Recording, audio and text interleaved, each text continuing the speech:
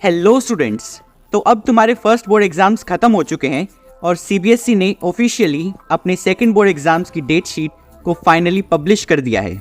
तो अब तुम्हारे दिमाग में सेकंड बोर्ड एग्जाम से रिलेटेड बहुत सारे क्वेश्चंस होंगे और बहुत सारी कंफ्यूजन होगी।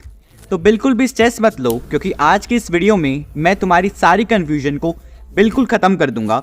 तो इस वीडियो को एंड तक ज़रूर देखना।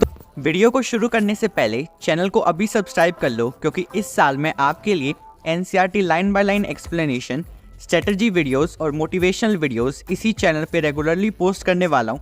तो बेल आइकन प्रेस कर लो ताकि आप इन चीज़ों को मिस ना करो। तो सेकंड बोर्ड एग्जाम की डेट शीट देखने से पहले कुछ रूल्स को अपने दिमाग में बिल्कुल क्लियर कर लो।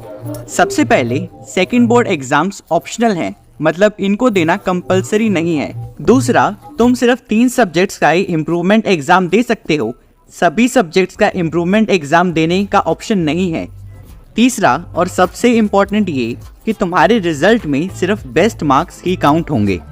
मतलब कि अगर तुमने पहले बोर्ड एग्जाम में साइंस में 60 मार्क्स स्कोर किए और दूसरे बोर्ड एग्जाम में 80 मार्क्स स्कोर किए, तो तुम्हारे फाइनल रिजल्ट में साइंस में 80 मार्क्स को ही कंसिडर किया जाएगा। बट अगर तुम पहले बोर्ड एग्जाम में साइंस में 70 मार्क्स स्कोर करते हो और दूसरे बोर्ड एग्जाम में सिर्फ 50 मार्क्स ही स्कोर कर पाते हो, तो तुम्हारे फाइनल रिजल्ट में 70 मार्क्स को कंसिडर किया जाएगा। इसका मतलब कि दोनों बोर्ड एग्जाम में से जिस एग्जाम में तुम्हारा ज़्यादा स्कोर आएगा उसको as a final result consider किया जाएगा। तो अब एक बार आपके सेकंड बोर्ड एग्जाम की डेट शीट को अच्छे से देखते हैं। तो आपका सबसे पहला पेपर होगा मैथ्स का, जो कि होगा 15 मई को। दूसरा पेपर होगा साइंस का, जो कि होगा 19 मई को। तीसरा पेपर जो कि 22 मई को होगा, वो होगा सोशल साइंस का। 26 मई को आपका लैंग्वेज सब्जेक्ट का पेपर होगा। 30 मई को आपका दूसरा लैंग्वेज सब्जेक्ट का पेपर होगा। ये जो लैंग्वेज सब्जेक्ट्स हैं, ये कोई भी लैंग्वेज हो सकती है, जैसे Hindi, English, Urdu, Marathi, Bengali, all the language subjects, जिनमें से आप कोई भी 2 लैंग्वेज सब्जेक्ट्स का पेपर दे सकते हैं। सेकंड बोर्ड एग्जाम के रूल्स को अच्छे से समझने के बाद और उसकी डेट शीट को अच्छे से देखने के बाद अब हम सेकंड बोर्ड एग्जाम के कुछ स्टेप्स को अच्छे से समझेंगे।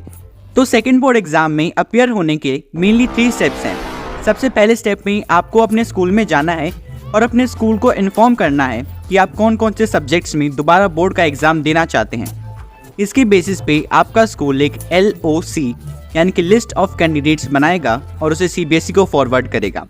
बट याद रहे, अपने स्कूल को इन्फॉर्म आपको 18 मार्च से लेके 31 मार्च के बीच में ही करना है। स्टेप 2 में जब आपके फर्स्ट बोर्ड एग्जाम का रिजल्ट आपके डिजीलॉकर ऐप पे आ जाएगा, उसके बाद आपको दोबारा स्कूल को विजिट करना है और आपने जो सब्जेक्ट्स फर्स्ट स्टेप में कंसिडर किए थे उनको एक बार रिकन्फर्म करना है। स्टेप 3 की, तो आपने जो सब्जेक्ट्स स्टेप 2 में रिकन्फर्म किए थे, अब आपको उनके लिए फीस की पेमेंट करनी है। तो CBSE ने हर एक सब्जेक्ट के लिए 320 रुपीज़ की फ़ीस को एलोकेट किया है। तो आप जितने भी सब्जेक्ट्स का एग्ज़ाम देना चाहते हैं उतने फ़ीस आपको अपने स्कूल में जमा कर देनी है।